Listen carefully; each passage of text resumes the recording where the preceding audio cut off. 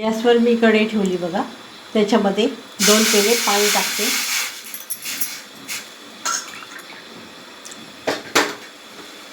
आज आपण लाटून ज्वारीची भाकरी बनवणार आहे.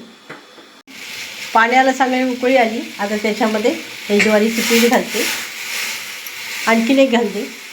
अजून एक टाकलं बघा.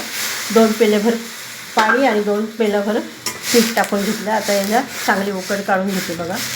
पीठ चांगलं मिक्स करून घेतलं. मी झाकण ठेवते आणि वाफ काढून घेते 2 मिनटं.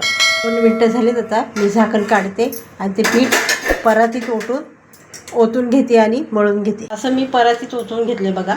ते थोडं थंड होऊ देते आणि मळून घेते. असं मी पीठ छानपैकी मळून घेतलं आहे. गोळा काढून घेतला आहे आणि थोडंसं पीठ टाकते.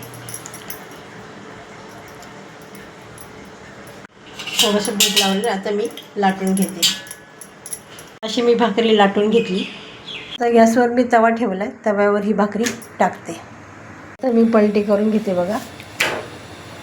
बाजूने शेकली. आता मी पलटी करून घेते बघा आणि ह्या बाजूने पण चांगली शेकून घेते. आपली भाकरी छानपैकी फुगली. आता